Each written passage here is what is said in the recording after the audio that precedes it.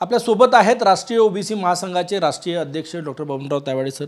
Sir, Bihar चा जो निर्णय झाला, कोर्टाचा निर्णय आला, त्यानंतर महाराष्ट्रातील मराठा आरक्षणाबाबतही शंका व्यक्त केली जात आहे, टिकेल की नाही, तुम्हाला काय वाटतं?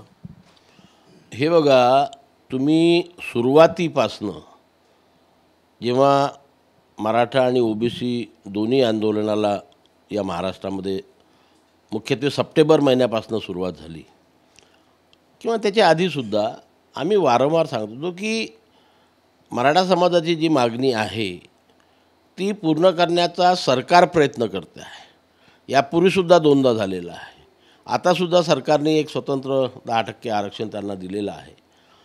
असाच प्रकार बिहार राज्याने सुद्धा केला होता की 50%ची मर्यादा 65%पर्यंत त्यांनी लागू केली होती. नुकतंच सर्वोच्च न्यायालयाने ते उच्च न्यायालयाने ते फेटाळून लावलेलं आहे. ओएसिस फर्टिलिटीच्या तज्ज्ञांनी IVF उपचार पद्धतीद्वारे 1 लाखांहून अधिक जोडप्यांना मातृत्व प्राप्तीचा आनंद दिला आहे. मोफत अपॉइंटमेंट बुक करण्यासाठी आजच संपर्क साधा.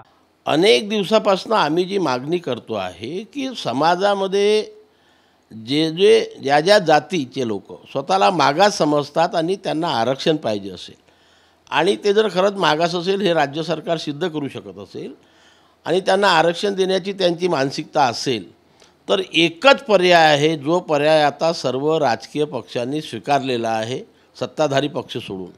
आणि तो पर्याय म्हणजे 1992ला सर्वोच्च न्यायालयाने जी 50%ची अट लादून दिलेली आहे, SC ST आणि OBC सर्वांचं आरक्षण मिळून 50%च्या वर नसावं.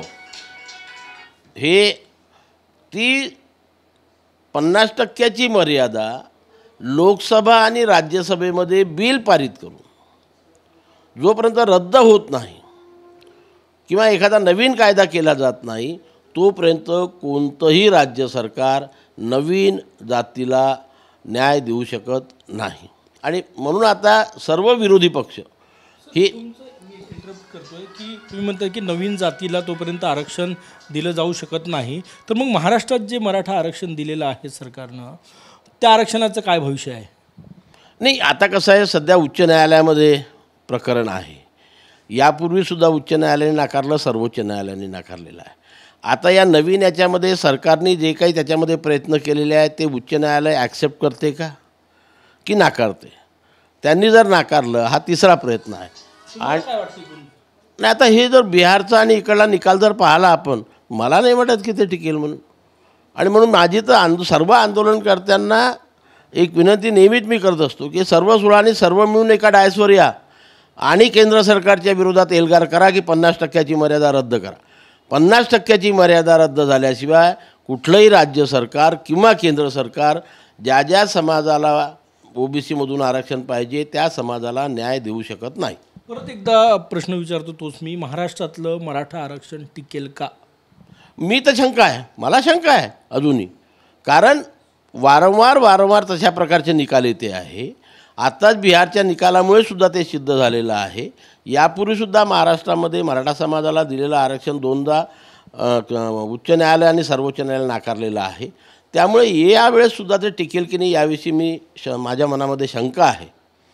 आणि म्हणून उद्या समजा ते रद्द झालं आणि पुन्हा समाजामध्ये फार मोठा आक्रोश निर्माण झाला तर मग त्यांना न्याय देण्याकरता केंद्र सरकारलाच पुढाकार घ्यावा लागेल.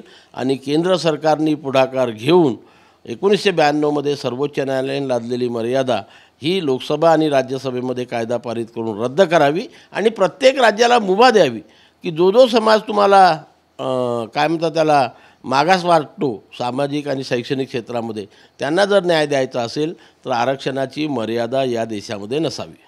सर, जरांगे पाटील मागणी करते OBCतूनच आरक्षण हवं.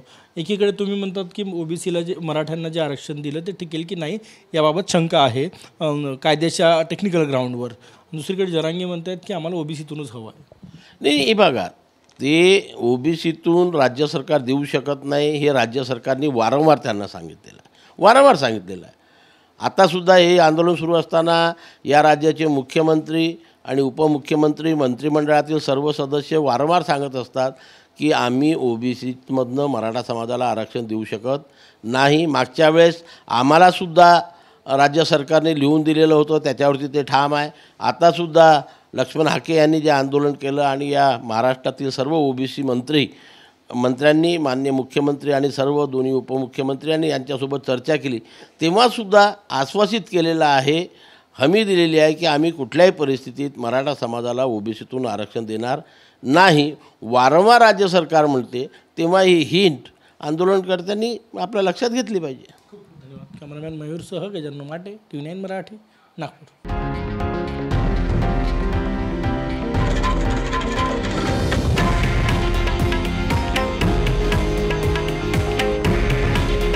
हे आहे देशातील नंबर 1 न्यूज नेटवर्क आणि आपण पाहत आहात TV9 मराठी. काळजी तुमची, हित महाराष्ट्राचं.